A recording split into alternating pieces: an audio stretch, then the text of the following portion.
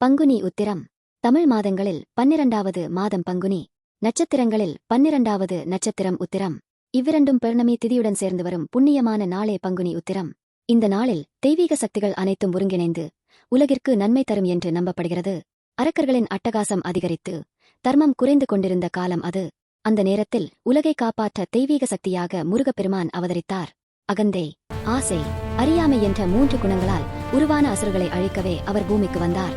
பங்குனி மாதத்தின் ஒரு புனித நாளில் தன் தாய் தந்தையரை வணங்கி அசுரர்களை அழிக்க தனது யுத்த பயணத்தை முருகப்பெருமான் தொடங்கினார். அவருடன் வீரர்களால் நிரம்பிய பெரிய படையும் சென்றது. அந்த பயணத்தின் போது அவர்களின் வழியில் ஒரு பெரிய குன்று திடீரென வளர்ந்து பாதையை மறைத்தது. இதைக் கண்டு முருகப்பெருமான் ஆச்சரியப்பட்டார். அப்போது அருகிலிருந்த முனிவர் கூறினார், இந்த மலை சாதாரணமல்ல. இது ஒரு அசுரன் சாபத்தால் இவ்வாறு மாறி இங்கு வருவோருக்கு துன்பம் தருகிறது. மேலும் அருகிலுள்ள மாயநகரத்தை பாதுகாத்து வரும் அசுரனுக்கும் இது உதவுகிறது என்றார்.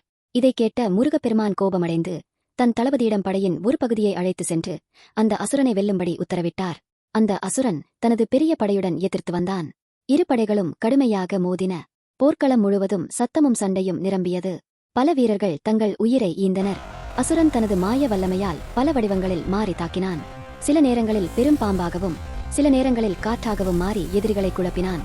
இருந்தும் தளபதி வீரத்துடன் போராடினார்.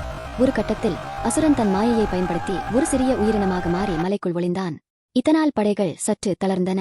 இதை அறிந்த முருகப்பெருமான் தாமே போர்க்களத்திற்கு வந்தார். அவரைக் கண்டு அசுரன் இகழ்ந்து பேசினான். நீ ஒரு இளைஞன்தான், என்னை எப்படி வெல்லப் போகிறாய் என்று கிண்டல் செய்தான். இதனால் சினம் கொண்ட முருகப்பெருமான் தனது தெய்வீக ஆயுதத்தை எடுத்தார். அந்த ஆயுதம் ஒளிர்ந்து பறந்து சென்று மலையை சிதறடித்தது. மலையின் உள்ளே மறைந்திருந்த அசுரனை வெளியில் கொண்டு வந்து அழித்தது. அசுரன் அழிந்ததும் உலகில் அமைதி திரும்ப ஆரம்பித்தது. தேவர்கள் அனைவரும் மகிழ்ச்சியடைந்தனர். அவர்கள் தங்கள் உலகத்தை மீண்டும் பெற்றனர். இந்த வெற்றியின் பின்னர் தேவர்களின் தலைவன் தனது மகளை முருகப்பெருமானுக்கு மணமாக அளிக்க முடிவு செய்தான். பங்குனி உத்திரம் நாளில் தேவர்கள், சூரியன், சந்திரன் மற்றும் தெய்வங்கள் அனைவரின் சாட்சியுடன் அந்த தெய்வீக திருமணம் நடைபெற்றது. அந்த நாள் முதல் பங்குனி உத்திரம் தெய்வீக இணைப்பு, தர்மத்தின் வெற்றி மற்றும் நன்மை நிலைபெறும் நாள் என்று போற்றப்படுகிறது. இதுவே பங்குனி உத்திரத்தின் மகிமையை எடுத்துரைக்கும் ஒரு புனித கதை. இந்த வீடியோ உங்களுக்கு பிடித்திருந்தால் லைக் பண்ணுங்க, ஷேர் பண்ணுங்க, சப்ஸ்கிரைப் பண்ண மறக்காதீங்க. ஓம் முருகா.